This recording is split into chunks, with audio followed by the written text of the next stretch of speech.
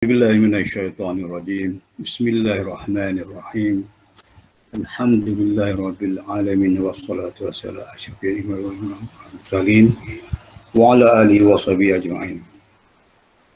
Assalamualaikum warahmatullahi wabarakatuh. Terima kasih saudara moderator Ustaz Amali, yang dihormati Guru Besar Perhati, guru-guru serta staf sokongan, materi dan juga serati. Alhamdulillah kita mengatur setinggi-tinggi kesyukuran kepada Allah Subhanahu Wa Taala kerana dapat meneruskan lagi program kita pada setiap pagi Jumaat.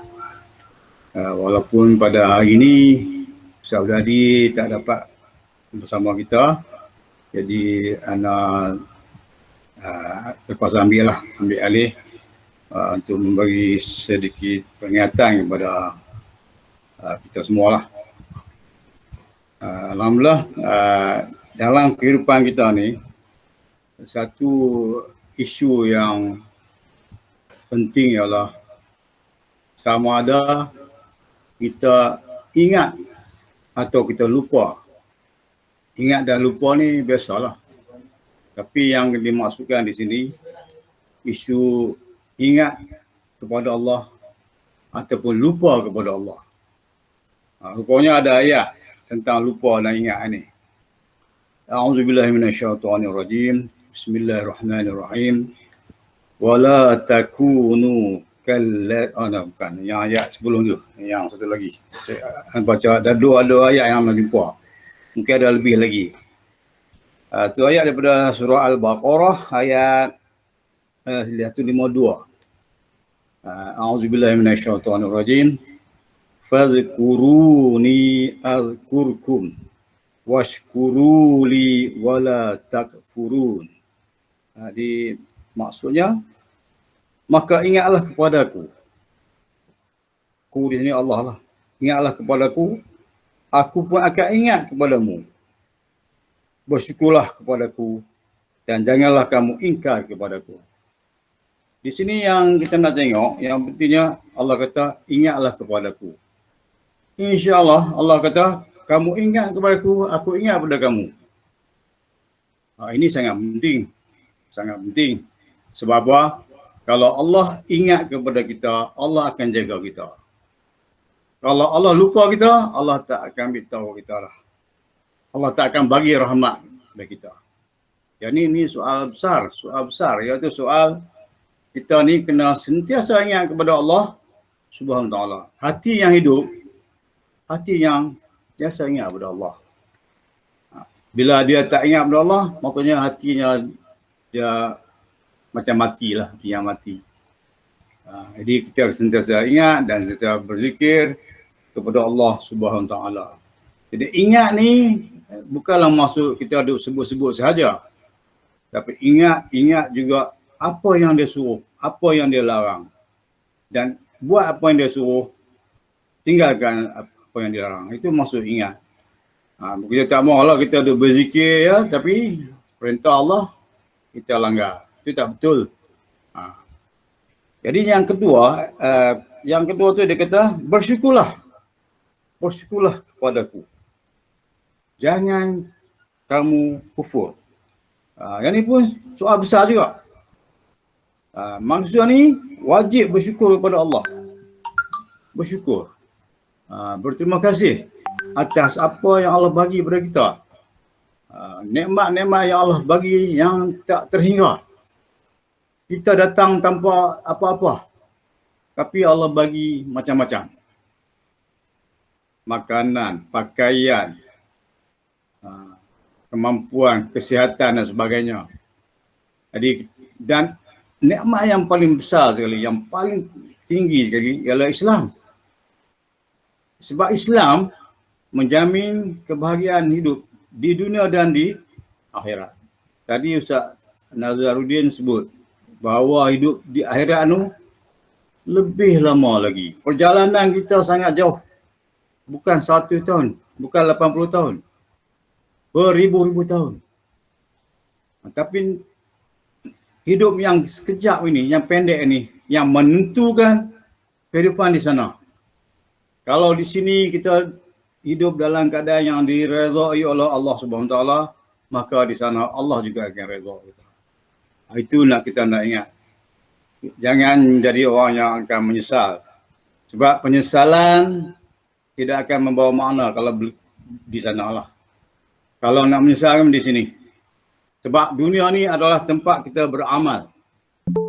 Dunia tempat beramal. Akhirat tempat kita menuai hasil. Al-mazratul ad-dunya, mazratul akhirah. Dunia ni taman untuk akhirat. Kalau kita tanam tumbuh-tumbuhan, tanam harum manis, yang harum dan manis lah kita akan dapat. Tapi kalau kita tanam pokok petai, kita akan dapat pokok petai. Tapi petai guna lagi. Kalau tanam yang berduri-duri, pokok yang berduri-duri, yang maksiat lah maksudnya, dia analogi lah. Satu perbandingan. Amalan yang maksiat ni, menentang perintah Allah ni, dia ibaratkan tanam pokok-pokok yang berduri lah. Yang itu yang akan didapati. Kemudian satu lagi ayat yang kita dengan lupa ni, A'udzubillahi minasyaitonirrajim. Wala takunu kalladzi nanasullah fa ansahum anfusahum ulaika humul fasiqun. Ayat surah Al-Hashr ayat 19. Dan janganlah kamu seperti orang yang lupa kepada Allah, sehingga Allah menjadikan mereka lupa akan diri sendiri. Mereka itulah orang-orang yang fasik. Allah pesan kepada kita, janganlah kita ini seperti orang yang lupa kepada Allah. Apa kesan dia? Kalau kita lupa kepada Allah, apa kesan dia? Kesan dia, Allah menyebabkan kita lupa kepada diri sendiri. Kita lupa kepada diri kita sendiri. Ini apa maksudnya? Takkan kita lupa. Dekat dunia ni kita ada ingat lagi kan? Tapi apa maksudnya kita lupa diri sendiri? Lupa diri sendiri, kita ni hamba Allah. Lupa bahawa kita ni hamba Allah. Kita lupa bahawa kita akan kembali ke akhirat. Kita lupa untuk membuat amalan-amalan yang boleh menyelamatkan kita. Kita lupa yang tentang kebaikan tu untuk menyelamatkan kita. Apa yang Allah bagi tu semuanya untuk kita. Kita solat untuk kebaikan kita. Kita puasa untuk kebaikan kita. Maksudnya ibadat yang dilakukan tu bukan untuk Allah. Allah tetap kaya. Allah tetap hidup. Allah dia tetap berkuasa. Tetapi yang akan menerima akibatnya manusia. Sebab kalau dia tinggalkan ibadat yang Allah suruh, dia yang akan tanggung. Jadi anak nak bawa anak nak kaitkan dengan kerja hari kita ni, kerja buat kita hari-hari. Kita bekerja di sekolah. Itu amalan. Amalan yang baik. Tapi amalan yang baik ni dia akan jadi amalan yang baik bila niatnya betul. Niat dia betul. Maksudnya kita bila nak main sekolah, kita pasanglah niat. Bismillahirrahmanirrahim. Kita minta doa. Kemudian kita datang ke sekolah ni nak buat kerja kerana Allah. Kerana Allah. Kalau kita tak ada niat ni, jadi penatlah. Kita jadi orang yang penat yang tadi yang Ustaz Nazar baca tu. Kita hidup sibuk sana sibuk sini buat kerja ni tak niat tak ada. Niat kerja untuk siapa? Jadi dia tak dikira ibadat. Jadi anak nasihatkanlah dari anak sendiri dan semua yang ada di sini supaya sentiasa memperbaharui niat. Tiap-tiap kali nak buat apa pun kerana Allah. Saya buat benda ni kerana Allah. Baru dia jadi ibadat. Kemudian di sekolah kita ni, dia kalau nak berjaya sebuah sekolah, pertama macam almarhum Ustaz dalam sebutlah 3 faktor kejayaan sekolah. Pertama, murabi misali. Kena ada murabi misali. Murabi ni maksudnya pendidik. Maksudnya bukan cikgu saja. Semua kita ni. Staff pun macam tu. Dia menjadi contoh. Mendidik orang lain. Anak-anak murid kita, bila tengok kita, dia akan terdidik. Itu dipanggil murabi misali. Cara kita bercakap, cara kita berpakaian, cara kita berbagai-bagai lah. Macam contohnya kalau orang main di pejabat, kita nak kena ra'i sebab mereka tetamu. Bagi salam, kalau kita bagi salam ataupun dia bagi salam, kita jawab salam, senyum. Kadang-kadang di dunia ni pun dah, kita tengok macam kita pergi kedai hari-hari berunding. Oi, dia pos sambut kita. Selamat datang. Terima kasih datang lagi. Bagus. Tapi kita tak tahulah itu dipaksa oleh tokai dia lah. Tapi kita ni dalam Islam, memang ni kita kena meraihkan tetamu kita. Jangan kita sombong. Tak pandang pun, cakap pun tak tengok. Tak betul lah. Itu bukan Allah Islam. Itu dari segi satu contoh lah. Kemudian, di dalam kelas, macam tu juga. Di dalam kelas, kita ni kena orang kata caring, cakna, sharing, tolong budak-budak. Kalau pelajar tak faham, dia kalau boleh nak bagi faham juga. Yang maksudnya usaha dia tu. Kemudian janganlah menyakiti hati pelajar kita tu. Marah tak tentu kalu lah. Bukan tak boleh marah. Marah gitu, kalau terbit dia boleh kata daripada perasaan sayang, itu tak apa, bagus. Cari bapa kita lah, mak pak kita ada marah kita tu. Baguslah, dia nak bagi terbaik. Tapi kalau marah tak tentu kalu ni, tak tahu merajuk lah, apa duk beletiak, ketua perkataan-perkataan yang menyentuh perasaan pelajar tu, tak boleh lah. Itu contoh. Kemudian kita juga perlu bi'ah solihah. Suasana persekolahan yang baik, yang boleh merangsang amalan-amalan soleh. Kita adakan macam di solat berjemaah, sekolah sama-sama menjaga sekolah supaya bersih. Itu kita binakan suasana yang sesuai untuk pembelajaran. Kemudian ada kurikulum yang baik. Itu memang kita tak persoalkan, memang dah ada dah. Cuma kita nak melaksanakan saja. Kemudian anak-anak sentuh sikit, bila kita bekerja jadi pekerja, kita ada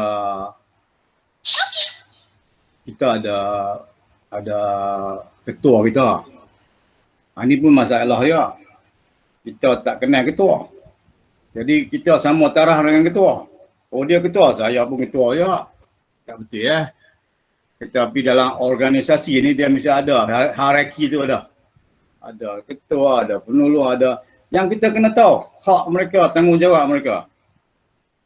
Yang ni penting. Kalau tidak, dia akan jadi huru-hara. Jadi tiap-tiap orang dia mesti tahu tanggungjawab dia. Cikgu dia tahu tanggungjawab dia. Misalnya mesti masuk kelas, mengajar, bagi latihan, bagi faham, buat persediaan. Itu dia tahu tanggungjawab dia. Bukan dekat itu mendidik, mengasuh pelajar. Dan dia memegang amanah dengan baik. Ini adalah amanah. Akan dipersoalkan di akhirat. Kamu cikgu, ini amanah. Apa yang kamu buat? Kemudian begitu yang lain pula. Tukang kebun. Kamu tukang kebun. Dibayar gaji. Apa kerja kamu buat? Akan dipersoal. Dan pekerja yang terbaik, sama ada cikgu ke, bukan cikgu ke, dia tak tunggu. Saya ni tak ada kerja. Itu tak ada kerja, nak kata macam mana? Tak ada kerja, kena cari kerja. Tengok yang mana yang tak siap lagi, banyak orang kerja. Banyak kerja. Jadi orang kata pekerja yang terbaik, staf yang terbaik ialah yang buat kerja tu dengan baik dan dia mencari kerja. Sebab dia dibayar. Dia dibayar kerana bekerja, bukan dibayar kerana berehat. Itu pun akan disoal. Bukan di sini lah, di sana akan disoal. Nah, kemudian kita kena tahu kerja kita. Kita kena tahu apa kerja kita. Kena tahu, kalau tak tahu kerja kita, susah. Kena tahu kerja kita. Jadi, nak ingat, macam tu lah kita tambah macam nak sebut tadi, aku rumusan lah. Rumusan balik. Kita ni hendaklah sentiasa ingat pada Allah Taala, ingat pada perintahnya, minta tolong pada Allah. Kita ni bukan ada kuasa apa. Kita ni kena bergantung kepada Allah Subhanahu Taala. Minta tolong kepada Allah. Berdoa, sentiasa berdoa supaya Allah bantu kita, selamatkan kita di dunia dan di akhirat. Kemudian kita kena bersyukur, menjadi orang yang bersyukur. Terima kasih kepada Allah. Tidak kufur. Kufur ni engkar lah. Kita tak, bila bersyukur, dia akan taat kepada Allah. Syukur dengan taat dia segani. Menjadi orang yang beriman, sehingga menjadi orang yang bertakwa. Dia ada peningkatan. Mula dengan Muslim ni biasa saja. Kemudian jadi mukmin, kemudian jadi muttaqin. Sebaik-baik bekalan ialah bekalan takwa. Itulah yang penting. Kita nak balik sana. Hal lain semua tinggal. Bekalan takwa tu yang akan membantu kita. Waktu amalan-amalan yang kita buat kerana Allah SWT dan mengikut perintah Allah. Kemudian seterusnya kita dalam bekerja ni, kita kenalah bekerja bersungguh-sungguh. Semua yang kita buat tu, kerja kita buat tu, dia akan jadi ibadat. Dikira pahala. Untuk kita juga, bukan untuk Allah. Kita buat kerja betul-betul sungguh-sungguh, penat, letih kerana Allah Ta'ala, itu adalah ibadat untuk kita. Bekalan kita di akhirat nanti. Jadi takat itulah yang boleh sampaikan. Jadi kalau salah silap, terguris, terasa apa, minta maaf lah. Bukan tujuan itu. Tujuannya untuk sama-sama nak mengingat yang kita sendiri, mengingatkan diri yang sendiri dan semua yang ada ini. Jadi takat itu, Assalamualaikum warahmatullahi wabarakatuh. Waalaikumsalam warahmatullahi wabarakatuh. Terima kasih pada